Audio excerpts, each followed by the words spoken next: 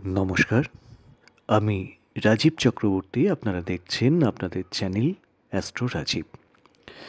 বিশেষ ভিডিও, দেবগুরু বৃহস্পতি অতিচার গতিতে প্রবেশ করছেন কর্কট রাশিতে, তার তুঙ্গি ঘরে, অর্থাৎ সবচেয়ে পাওয়ারফুল যে অবস্থান, সেই ঘরে দীর্ঘ 12 বছর পর। দেবগুরু বৃহস্পতি অতিচার গতি হচ্ছে এই সময় বৃহস্পতি অত্যন্ত গতিসম্পন্ন হয়ে আছেন। অত্যন্ত গতির কারণেই বৃহস্পতির এই কর্কটে প্রবেশ। সাধারণত দেবগুরু বৃহস্পতি এক একটি ঘরে 1 বছর বা 1 বছরের কিছু বেশি সময় অতিবাহিত করেন। দেবগুরু বৃহস্পতি কর্কটে প্রবেশ করছেন 18ই অক্টোবর 2025 রাত 8টা নাগাদ, এবং তিনি এখানে থাকছেন 5ই ডিসেম্বর পর্যন্ত। তারপর তিনি আবার বক্রী হবেন এবং আস্তে আস্তে 5ই ডিসেম্বরের পরে তিনি আবার মিথুনে প্রবেশ করবেন। যেহেতু দেবগুরু বৃহস্পতি, আপনারা জানেন যে যেখানে থাকেন তার থেকে তার দৃষ্টি যেখানে যেখানে পড়ে, সেই জায়গাগুলো যেন অমৃত সমান ফল প্রদান করে। আলোচনায় আসব, তার আগে বলবো পাশে থাকতে হবে। যারা নতুন দেখছেন তাদের বলবো পাশে থাকুন। আর যদি খুব প্রয়োজন হয়, যদি মনে করেন, ফোন নাম্বার, হোয়াটসঅ্যাপ নাম্বারে যোগাযোগ করতে পারেন। আর আপনাদের সঙ্গে কতটা মিলল অতি অবশ্যই কিন্তু কমেন্টসে জানাবেন। আজকের যে আলোচ্য রাশি এবং লগ্নটি, সেটি হচ্ছে বৃষ। বৃষ আপনারা জানেন শুক্রের ঘর। বৃষর মালিক শুক্র। আর এই যে গোচর পরিবর্তন হচ্ছে দেবগুরু বৃহস্পতির, দুটি বর্গ অবশ্য আলাদা। সেটা যাই হোক, বৃষ সাপেক্ষে দেবগুরু বৃহস্পতি অষ্টম এবং একাদশ ঘরের মালিক। অষ্টমপতি তিনি চলে আসছেন তৃতীয় ঘরে। জিনিসটি খারাপ নয়, ডেফিনেটলি ভালো। কিন্তু অনেকেই বলবেন অষ্টমপতি তার দৃষ্টি গিয়ে পড়ছে ভাগ্যস্থানে, একাদশ স্থানে এবং সপ্তম স্থানে। সপ্তম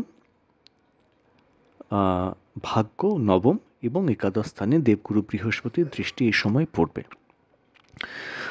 তিনি হতে পারেন অষ্টম স্থানের মালিক। সাধারণত লোকে একটু সমীহ করে চলে, একটু ভয় পায়, কারণ স্থানটি ভালো নয়। কিন্তু গ্রহটি যেহেতু দেবগুরু বৃহস্পতি এবং তাঁর দৃষ্টি অমৃতসম দৃষ্টি গিয়ে পড়ছে ভাগ্যস্থানে, পরিষ্কার বলে দিচ্ছি, ভয় নেই, বরং অনেক শুভ ফল পাবেন। কোন কোন দিকে শুভ ফল পেতে চলেছেন বৃষ? আপনাদের একাদশ অধিপতি এতদিন দ্বিতীয় ক্ষেত্রে ছিলেন, এরপর ধনস্থানে তিনি চলে আসছেন। বৃষর কি কি ফেস করছিলেন এতদিন একটু সংক্ষেপে বলে যাই। বৃষর যেটা হচ্ছিল না, মন মানসিকতা খুব একটা ভালো ছিল না, এবং অনেক বৃষ রাশির বা বৃষ লগ্নের জাতক জাতিকাদের মধ্যে একটা জিনিস দেখবেন, একটা কোথাও যেন হতাশা, সাকসেস, জীবনের সাকসেসের জায়গায় ভীষণভাবে বাধা হতে গিয়ে শেষ মুহূর্তে গিয়ে আটকে যাওয়া, কর্মক্ষেত্রে নানা রকম উত্থান পতন।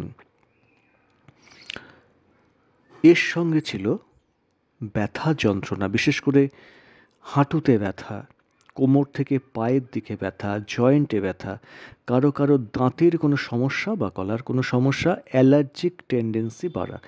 মোটামুটি ঘুরিয়ে ফিরিয়ে এই কটা রোগ কম বেশি যাদের বৃষ রাশি বা লগ্ন ভুগছেন। এবার সবাই যে ভুগছেন এটা বলবো না, তার কারণ হচ্ছে যাদের ব্যক্তিগত জাতচক্রে শুভ গ্রহের দশা চলছে তারা ডেফিনেটলি এতটা ভোগান্তির মধ্যে নেই, কিন্তু যাদের সেটা চলছে না, দশা বা অন্তর্দশা ঠিকঠাক নেই, তারা কিন্তু কম বেশি ফল পাচ্ছেন। তাহলে কি পরিবর্তন আসবে? প্রথম কথাই বলবো, বৃষর ক্ষেত্রে দাম্পত্য ক্ষেত্রে একটা, যাদের বনিবনার অভাব হচ্ছিল সেক্ষেত্রে একটা স্টেবিলিটি আসবে, দাম্পত্য জীবনে একটা শান্তি আসবে।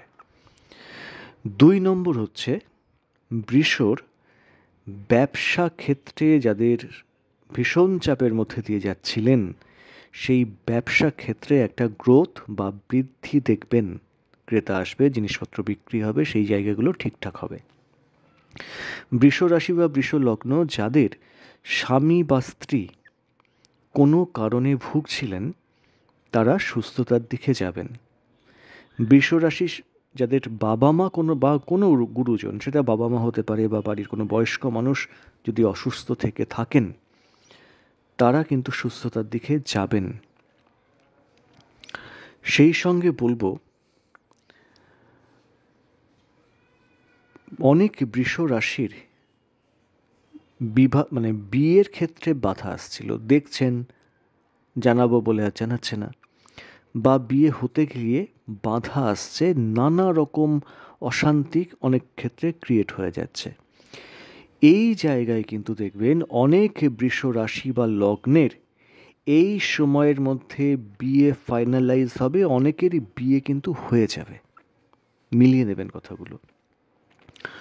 বৃষর যারা হায়ার এডুকেশনের সঙ্গে আছেন, মানে উচ্চ বিদ্যা করছেন, এমএসসি, বিবিএ, এমবিএ, যে বাধা বিঘ্ন আসছে নানা রকম, অনেক ক্ষেত্রে যাদের দশা ভালো যাচ্ছে না, তাদের শিক্ষাক্ষেত্রে কোনো ক্ষেত্রে কিন্তু প্রতিবন্ধকতা আসছে। এই জায়গাটা ক্লিয়ার হবে। এখন যদি 100% বাধা আসে, দেখবেন বাধার পরিমাণটা অনেকটা কমে আসবে এবং সাকসেস রেট সেটা প্রায় 80-র কাছাকাছি চলে যাবে এই সময়ের মধ্যে।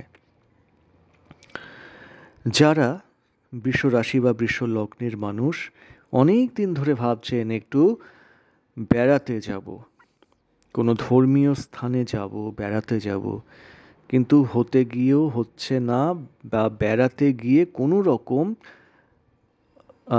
আনএক্সপেক্টেড ঘটনার মুখোমুখি হয়ে যাচ্ছেন, যেটা অপ্রত্যাশিত ঘটনা, যেটা হয়তো কাঙ্ক্ষিত ছিল না, সেই জিনিসটা কিন্তু কাটবে। অনেকেই এই সময় ধর্মীয় ক্ষেত্রে যাত্রা করবেন, ধর্মস্থানে ভিজিট করবেন বা যাত্রা করবেন। এই সময় যারা মনে করছিলেন দীক্ষা নেবেন, কিন্তু সদ্গুরুর সন্ধান পাচ্ছিলেন না বা দীক্ষাটা নিতে পারছিলেন না, বাধা আসছিল, এই সময় দেখবেন সদ্গুরুর সন্ধান পাবেন এবং দীক্ষা আপনারা নিতে পারবেন। এরপর চলে আসি, আর কি শুভ ফল আসবে। এটাতে স্টেপ শুধু শুভ ফলগুলো নিয়ে আলোচনা করছি। সাকসেসে বাধা আসছিল বলছিলাম, সাকসেস রেট কিন্তু বাড়বে। অনেকের আয়, লাভ এবং সাফল্য, এই ব্যাপারে বাধা আসছিল, আয়ের ক্ষেত্রে প্রতিবন্ধকতা তৈরি হয়ে যাচ্ছিল, কর্মক্ষেত্র নিয়ে ডামাডোল হচ্ছিল, এবং সেখান থেকে নানা রকম গণ্ডগোল, ভুল বোঝাবুঝি, এই ব্যাপারগুলো হয়ে যাচ্ছিল। এইগুলো কিন্তু কমবে, অর্থাৎ সাফল্যের রেট বাড়বে, ভাগ্যের সহযোগিতা পাবেন। হাজব্যান্ড বা ওয়াইফ, তাদের হেলথ ভালো হবে, দাম্পত্য ক্ষেত্রে গণ্ডগোল যদি থাকে সেগুলো মিটবে।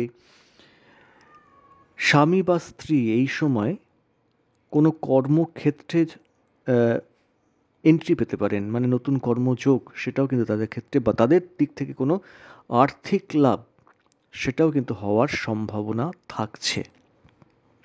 বন্ডিংটা বেশ মজবুত হবে, সাকসেস বাড়ছে, গুরুজনের হেলথ ভালো হচ্ছে, উচ্চশিক্ষায় সাফল্য আসছে। যাদের বিয়েতে বাধা আসছিল, এই সময় চেষ্টা করুন, বিয়ে হয়ে যাবে বা বিয়ে ম্যাচিওর করে যাবে, বা ঠিকঠাক হয়ে যাবে, কিন্তু এই সময়টাকে কাজে লাগান, বিয়েটা কিন্তু হয়ে যাওয়ার সম্ভাবনা থাকবে।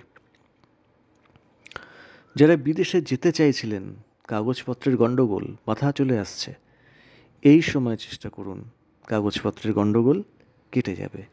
আর শরীর স্বাস্থ্যের যে একটু ডিপ্রেশন, একটু হতাশা যেটা বলছিলাম, মানসিক ঠিক ক্ষেত্র ভালো লাগছে না, চাপ, শারীরিক ব্যথা যন্ত্রণা অনেকাংশে 100% কমবে বলছি না, অনেকাংশে কিন্তু কমবে। কথাগুলো মিলিয়ে নেবেন। তো আজ এ পর্যন্তই। নমস্কার।